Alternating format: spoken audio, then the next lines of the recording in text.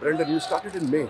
If someone had told you by the end of the year you will have 9 out of 10, would you have taken it? Or it's still, it should have been 10 out of 10? Oh, no, look, we're definitely comfortable with 9 out of 10. It's been quite an incredible ride, to be honest. I think, when Stokesy took over the job, I think we all anticipated that he'd bring his own style to it, and we hoped that would translate to success for him to have made such an imprint on the side and the side walking in his sort of style now, and playing the way that he likes the game to be played. It's been absolutely fantastic. So from a coaching point of view, we just try and sort of put everything together in the back room, and it's just a wonderful group to work with, and we're very pleased with what we've been able to achieve this summer. And someone who has played more against Pakistan than Ben, when you left England, did you envisage that it's going to be 3-0 and such a comprehensive and convincing win? No, absolutely not. I think we knew it was going to be tough, and we had to work incredibly hard across all 3 test matches. I think if you look at the first 2 test matches, whilst we probably dictated terms in the first, we knew with the surface the way it was, we were going to have to risk losing.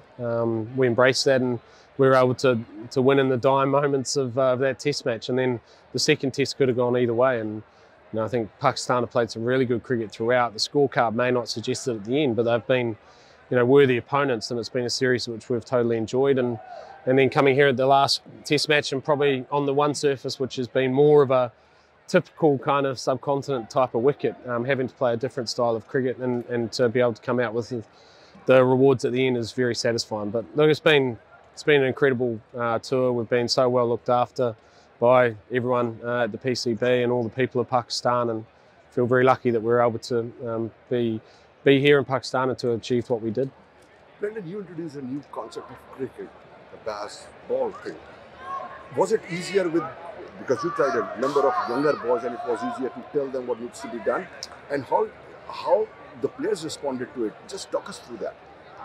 Yeah, look, for us, it's just about trying to give guys freedom to be able to go out there and allow their talent to come out. There's so much talent in English cricket, not just in the dressing room now, but also the next layer of English cricket is incredibly strong, and so much skill across the board. It's just allowing that skill to be able to come out on the big stage, and to do that, you've got to try and take away a few of the anxieties which come with playing this game, and try and allow guys to go out there as the best version of themselves and play the game. Once we've done that, then the scoring rates and things was never the outcome that we were after. Well, it was never the objection of the idea of what we were trying to achieve. It was just a matter of, for us, trying to free people up to allow talent to come out. So again, I'm going to continue to stress that the way our skipper has led this team has got the best out of each and every person, and we're building some depth within the group as well. So it's been a really successful tour, and we're very, very pleased to have achieved it.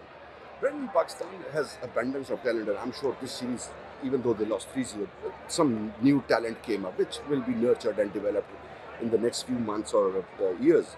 But do you think they were actually surprised with your brand of cricket, and day one actually set the tone for the series?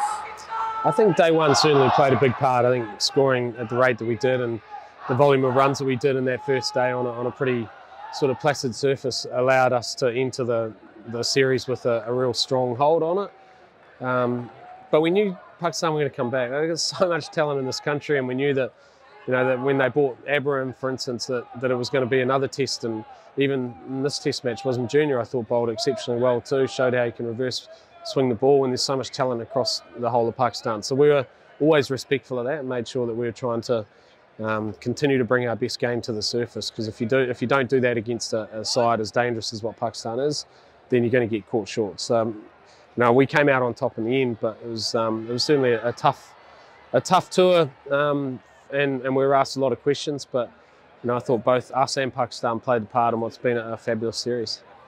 If for a moment you are the Pakistan coach and you are in that dressing room, how you live their spirits, considering that in 5 days' time they will be playing against your national team, New Zealand, in a 2-test series, how difficult it will be to motivate them, and what actually they need to do to come out of this shock, because it is the first time in Pakistan's history they have been whitewashed at home.